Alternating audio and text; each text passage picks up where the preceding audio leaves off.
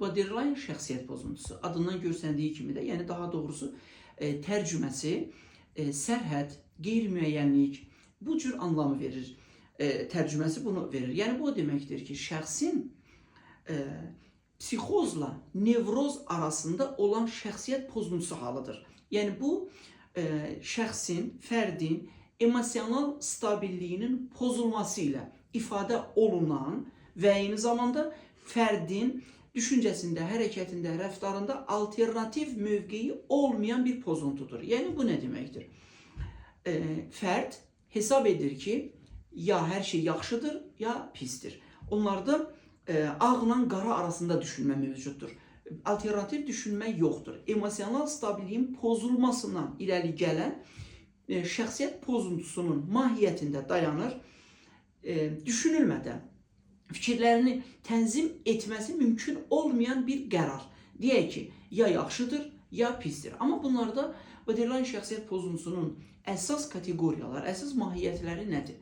Onlar ailə, dostlar və digər insanlara münasibətləri normal olduğu halda anidən dəyişib tamamilə əlaqəni kəsə bilərlər. Patoloji xarakter, emosional pozuntudan irəli gələn patoloji xarakterləri olur. Həmin borderline şəxsiyyət pozuntusu olan insanlarda onlar kiməsə qarşı münasibətləri çox yaxşı, emosional pozuntu səviyyəsində, normal yox, çox yaxşı olduğu bir halda heç bir səbəb olmadan, heç bir sübut olmadan anidən fikirləri dəyişir və onlara nifrət edə bilirlər.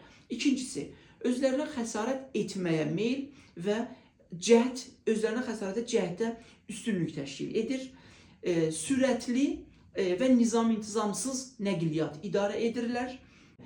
İfrat emosionallıqla ifadə olunan qumar oyunlarına, lazımsız xərclərə, özünə xəsarət etməyə və yaxud cəhdlərə meyilli olurlar. Və ən vacib olan tərəf, borderline şəxsiyyət pozuntusu olan insanlar, onlar heç bir səbəb olmadan digər insanlara şübhə və etibarsızlıq, güvən problemi yaşayırlar və eyni paralel olaraq həmin şəxsiyyət pozuntusu olan insanlar aqressiyalarını idarə edə bilmirlər. Bu tip şəxsiyyət pozuntuları anidən fikirlərini dəyişdikləri kimi, amma emosional stabillik olmadan, heç bir səbəb olmadan, hədd ifrat dərəcədə fikirləri, düşüncələri, hətta davranışları ifrat dərəcədə olur. Həddindən artıq çox istədikləri kimi, həddindən artıq anidən nifrət edirlər. Yaşamaq hissləri güclü olduğu tərzdə heç bir səbəb olmadan onlar özlərinə xəsarət edirlər. Qumar oyunlarına, bayaq xatırladığımız kimi, qumar oyunlarına meyilli olurlar və anidən davranışlarını dayandırıb digər bir işlə məşğul ola bilərlər. Həmin bu insanlarda qeyri-müəyyənlik və bayaq danışdığımız kimi düşüncələrində qeyri-müəyyənlik və sərhədlər çərçivəsində ya çox yaxşı olurlar, çox sevirlər, çox deyək ki, bəyənirlər və anidən səbəbsiz çox nifrət edirlər. Bu cür insanlar adətən psixozlarla nevrozları qarışdırırlar. Amma borderline şəxsiyyət pozuntusu nevrozlarla psixozlar arasında qeyri-müəyyən olan bir sərhəddə yerləşirlər ki, bu şəxsiyyət pozuntusu insanları bəzən sarışın hallar nevrozu olan insanlarla, panik ataklarla, fobiyadan əziyyət çəkən insanlarla və hətta psixozlarla qarışdırırlar. Amma bunların yeganə bir fərqi var. Nevrozlardan və şəxsiyyət pozuntularından qeyri-emosional, stabil olmayan davranış pozuntularıdır. Bunlar da emosiyaları, məhz emosiyaları, mimik əzələlərdə ifadə olunan emosiyalar stabil deyil, anidən dəyişir. Şəxsiyyət pozuntularının nevrozdan, sarışın hallar nevrozdan, bayaq adlarını saydığımız patoloji hallardan yeganə fərqi onların emosional standart pozuntularının ifadə olunmaz həddə olması, anidən fikirlərin dəyişdirilməsi və heç bir alternativin olmaması. Əgər onlar nifrət edirsə, heç kəs onları barışdıra bilməyəcək. Onları fikirlərindən döndərə bilməyəcəklər. Çünki son nəticədə onlar özlərinə intihara meyilli olurlar. Əgər insanlar onların düşüncələrində haqlı, haqsız və yaxud bunu belə eləsək daha yaxşı olar, sübutlar gətirməyə başlasalar ki, siz filan kəsə yanlış yerə nifrət edirsiniz,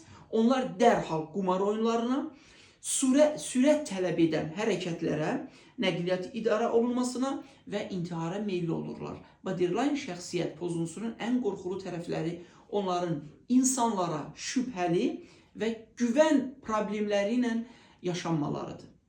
Borderline şəxsiyyət pozuntusu olan insanlarda isə sifət quruluşu biraz fərqlidir.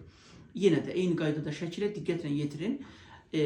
Həmin şəxsiyyət pozuntusu olan insanların mühüm əlamətləri: üst çənə diş örtüyü qismən aval, alt çənə diş örtüyünə nisbətən üst çənə diş örtüyü aval və sanki sıxlaşdırılmış, ön dişlər isə qabağa çıxmış hallarda olur.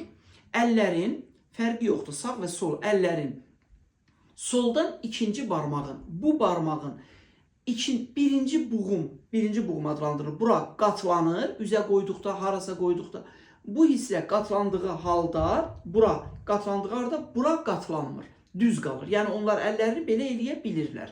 Bu borderline şəxsiyyət pozuntusu əlamətləri olan insanlara xarakterik sifət cizgiləridir.